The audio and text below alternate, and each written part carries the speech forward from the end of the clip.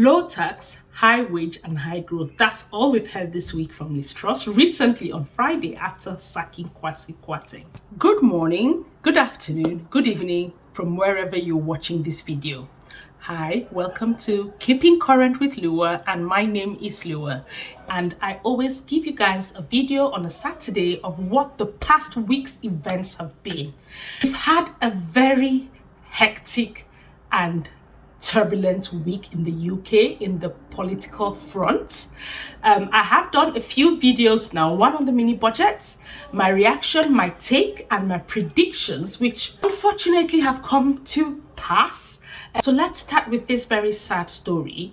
Lucy Letby, for those of you who don't know, she was a neonatal nurse in a hospital up north, and within her care there were more deaths in her unit. It is really sad to hear the stories and how she almost killed 10 other kids within her care by giving them insulin and other methods, which she still denies. It's one of the stories that you don't understand the motive. To hear that the parents were in court, it must have been really emotional for them. But things that you keep asking, what was the motive? Kids who are most vulnerable, who you were meant to look after, keep alive, to hear what happened and hear that 5 boys and 2 girls were killed is a sad story. I'll keep you guys informed as the cases progress. And another very strange, dark aspect of this is how interested in the parents of these kids once they passed away. It just beggars belief. But again, we hope that the parents find peace and all the very young babies within her care rest in peace. Now let's talk about Harvey Weinstein. Let's go to the US again. I just pick stories that I think we need to just shed some light and learn. So Harvey Weinstein is currently serving a jail sentence for several ladies who apparently he took advantage of. He had 11 further charges recently, and the jury is being selected, which will go until December. Again, I'll keep you guys informed once this develops, but it doesn't really look good for him, but we'll see how things develop. Let's go to the Ukraine and Russian crisis. This, again, it is a war, so there'll be a lot of events daily that occur, and I'll just summarize what has happened this week. I think on Monday there was a significant turn when there was a bombing on this historic bridge linking Moscow and Kiev.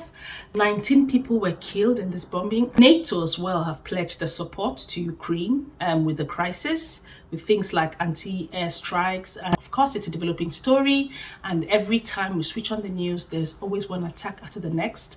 But hopefully, with a lot of the pledges from the US and some of the resources used within the Middle East should be brought to help Ukraine. So far, there's been a lot of pledges from a lot of the countries to show their support for Ukraine.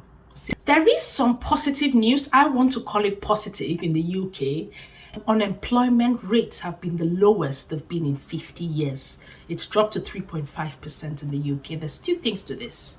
Now, there's a lot more jobs than people want to get work for. So they've had to increase wages. So it's totally an employee's market right now. But the strange thing is, there are a lot of people out of work who just don't want to take roles. So it just begs the question, if wages are enough, people just don't want to work and prefer to be on benefits. Again, this is something that I want to hear what you guys think. It's quite frustrating if you're looking to employ people and like a business and you're stifled by lack of people wanting to take these roles up. So again, I thought this was quite interesting. We need to find out why. I don't know.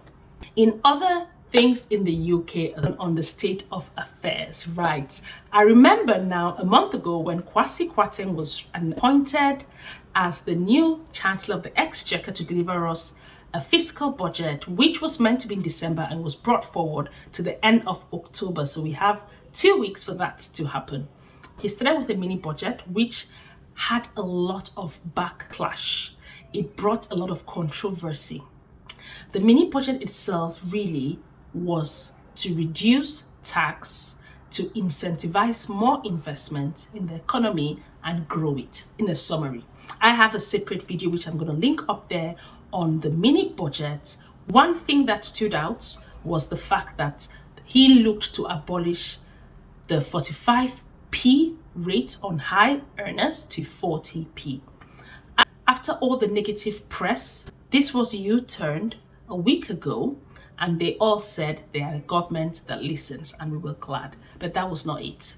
What I said at the time was, we believe that the pound rate fell and the market dwindled really fast, not because of just that, but because of a lack of confidence in the economic leadership.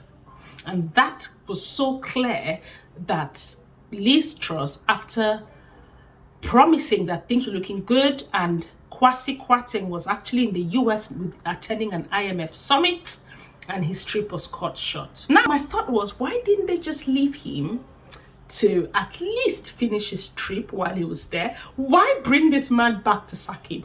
Couldn't you do that over the phone? Anyway, I'm not trying to make a light situation of this, but my take is, we saw this coming. Once there is a lack of confidence in any leadership, this is bound to happen. My question, before I go into the details of what the U-turn and who he was replaced with, is, do we have confidence in Liz Truss, who stood by this mini budget, announced the reversal of the 5p, and said it was a budget that was drawn by herself and her chancellor? Why do we think that we have trust in Liz Truss? Trust in Liz Truss, that's interesting. Why do we think that it's okay for her to use Kwasi Kwarteng as a scapegoat? Does everybody else think that she's okay to delay UK out of this situation? She's come up now with a new slogan, I can call that, which says low tax, high wage, and high growth. Now, so there is a lot that we're waiting for, because she announced Jeremy Hunt as the new chancellor, who was the former Secretary of Health. Now, Jeremy Hunt has come and said there's a lot to be done, but he thinks that they went too fast to make hasty decisions. One of the major U-turns was the increase in corporation tax.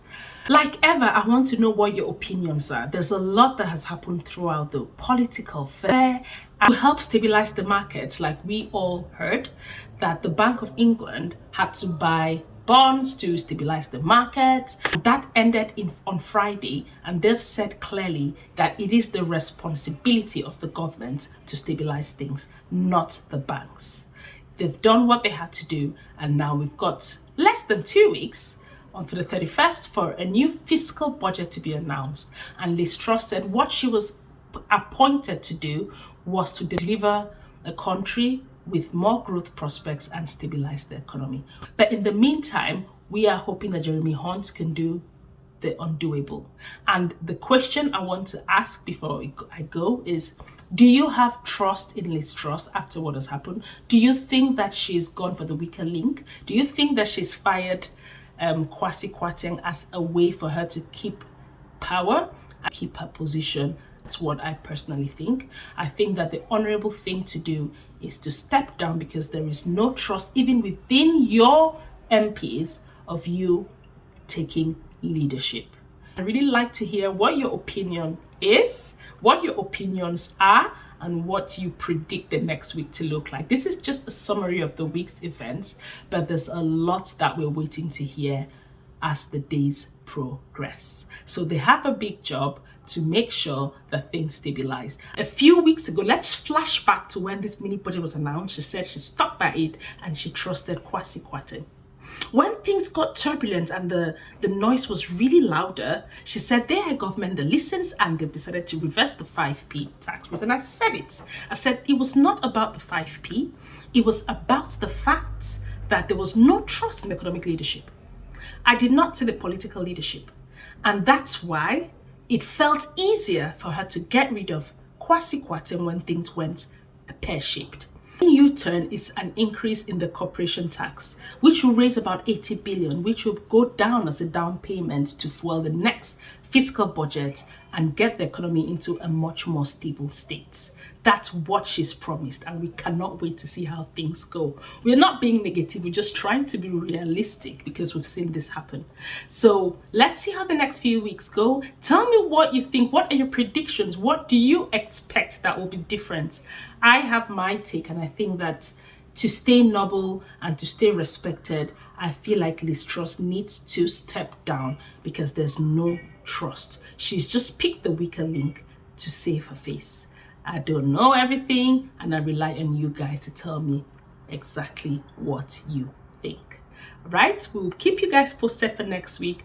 I hope you've enjoyed the video and I hope you've learned something. And if there's anything I missed out that has gone on during the week, please leave that in the comment section. Send me an email and let's chat about the week's events. Hopefully I might have time to drop a video before next Saturday, because I think this week coming will be very turbulent. I'm telling you, ups and downs and everything in between is what we predict. Okay, thanks very much for watching. I hope you've enjoyed this episode and see you in my next video. Bye bye.